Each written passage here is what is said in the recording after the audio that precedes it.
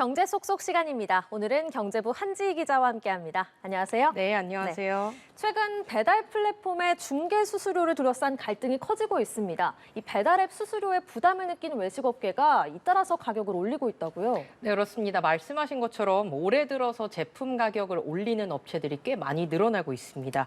배달 메뉴 가격을 매장 메뉴 가격보다 비싸게 책정하는 이중 가격제를 도입하는 프랜차이즈들도 늘고 있는데요.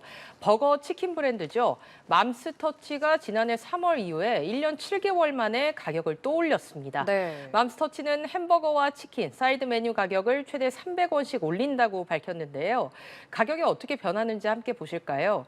맘스터치 대표 메뉴인 싸이버거 단품은 4,600원에서 4,900원으로 후라이드 치킨 반마리는 만원에서 100원 빠진 9,900원으로 네. 양념 감자는 2,000원에서 2,100원으로 오르게 됩니다. 앞선 가격 인상 때는 원재료 가격 상승에 따른 인상이라고 설명했었는데 이번에는 배달 수수료 인상으로 인한 가맹점주의 수익성 악화를 이유로 들었습니다. 다른 프랜차이즈들은 얼마나 올렸는지 볼까요?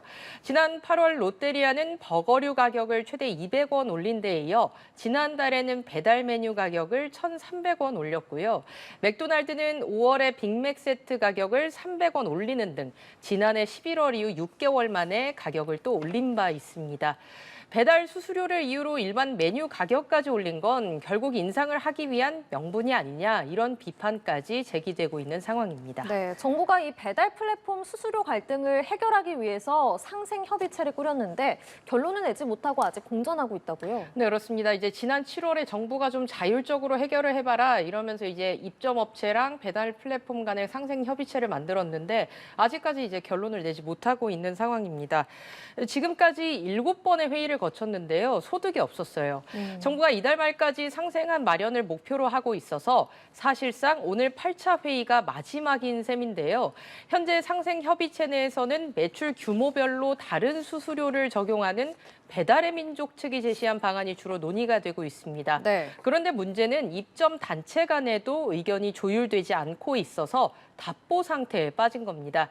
이에 공정거래위원회는 자율 규제로 배달 수수료 문제가 해결되지 않으면 법적 규제까지 검토한다는 입장입니다. 네. 앞서 국회 국정감사에서도 배달앱 문제가 화두가 됐었는데요. 정말 눈살을 찌푸릴 수밖에 없는 상황이 연출이 됐습니다. 업계 1위 배달의 민족은 쿠팡이츠의 공격적인 전략을 따라갈 수밖에 없었다면서 남탓만 하고 있었고 쿠팡 측은 아예 증인에도 채택이 되지 않아서 쿠팡 봐주기 아니냐 이런 비판까지 나왔습니다. 먹거리 물가가 쉽게 진정되기는 어려울 것으로 보여서 소비자들의 부담만 커지게 생겼습니다. 네, 그렇네요. 네. 자, 다음 주제 보겠습니다. 미국 대선에서 도널드 트럼프 전 대통령의 당선 가능성이 커지면서 트럼프 트레이드, 그러니까 트럼프 수혜 종목이 강세를 보이고 있다고요? 그렇습니다. 이제 도널드 트럼프 전 대통령의 당선 가능성이 이제 커지면서 비트코인이 다시 강세를 보이고 있습니다. 도널드 트럼프 전 대통령은 미국을 가상화폐의 수도로 만들겠다면서 가상화폐에 대해 친화적인 입장을 밝혔고 카멀라 해리스 부통령은 가상화폐 업계에 대한 제도를 마련하겠다고 밝혀서 처벌 중심의 바이든 행정부와는 다른 모습을 보였는데요. 비트코인 가격 추이를 볼까요?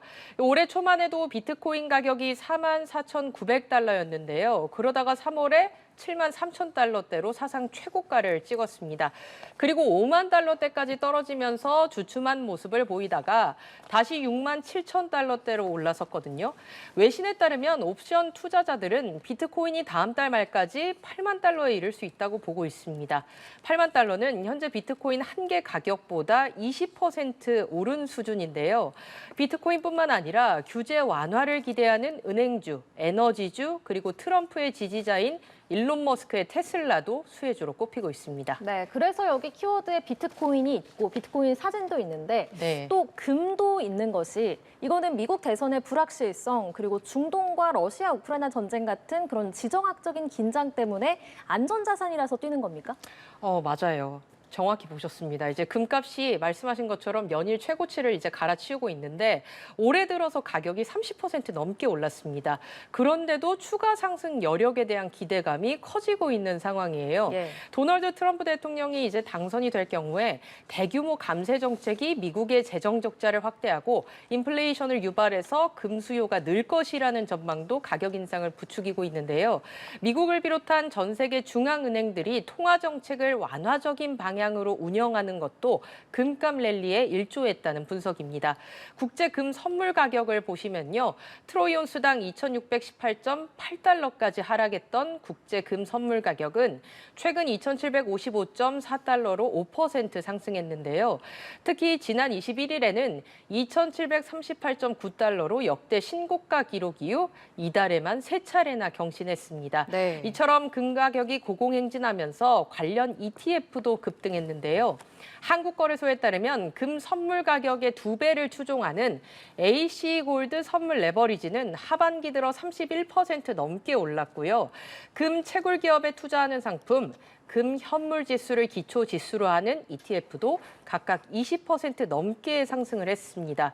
글로벌 투자업계는 세계 주요 중앙은행이 추가적으로 금리를 인하하고 지정학적인 불안도 단기에 해소되기 어려울 것이라는 전망을 내놓으면서 금 가격 강세가 당분간 계속될 것으로 내다봤습니다. 네.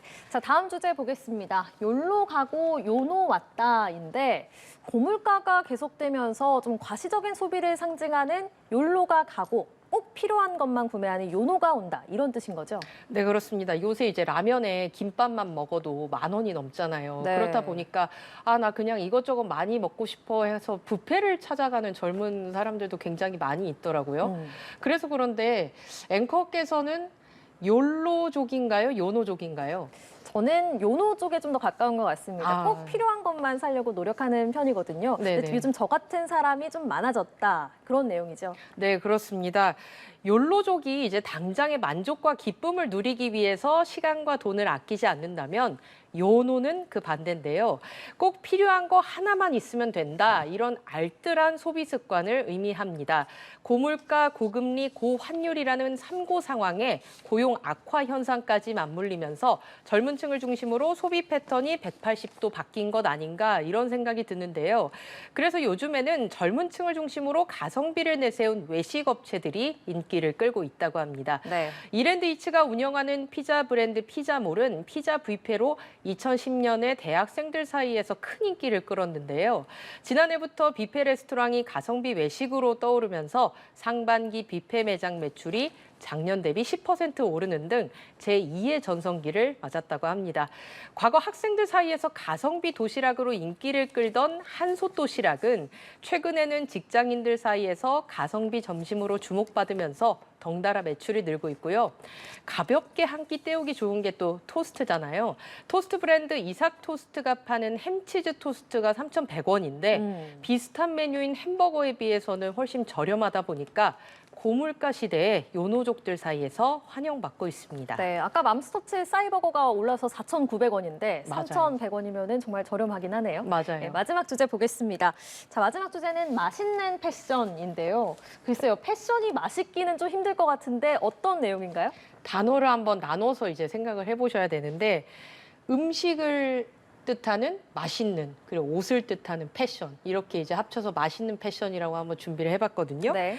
그래서 이렇게 요즘에는 브랜드 특유의 형식이나 경계를 허물고 의외성이 있는 조합에서 오는 재미와 신선함을 추구하는 마케팅 전략이 대세입니다.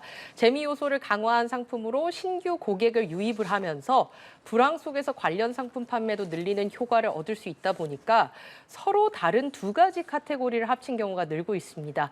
막걸리 시장 1위로 서울 장수는요. 최근 스트릿 패션 브랜드와 손을 잡고 막걸리 파티를 열었는데요. 네. 여기서 서울 장수의 로고를 활용한 티셔츠, 모자 등 협업 의류를 판매해서 젊은 층에 큰 호응을 얻었습니다. 서울 장수는 지난해에는 아웃도어 브랜드 코오롱 스포츠와 협업을 해서 솥 막걸리를 내놓기도 했는데요. 젊은 층에 새로운 브랜드 경험을 제공하기 위해서 특별한 아이템을 지속적으로 선보이고 있습니다. 그리고 농심은 일본 일본에서 너구리 브랜드 의류를 론칭했는데요. 사진 보시면 이 너구리를 영어 발음 그대로 적어뒀어요. 너구리 이렇게. 네. 패션 브랜드의 이제 주력 소비층인 10대, 20대 젊은 소비자를 공략하겠다는 전략인데요. 이 같은 이색 콜라보를 통해서 너구리 라면을 제2의 신라면으로 키워 일본 현지에 널리 알린다는 계획입니다. 앞으로도 소장 욕구를 불러일으키는 이런 이색 콜라보는 계속될 것으로 보입니다. 네, 오늘도 흥미로운 경제 얘기 잘 들었습니다. 지금까지 경제부 한지희 기자와 함께했습니다. 오늘 말씀 고맙습니다. 네, 감사합니다.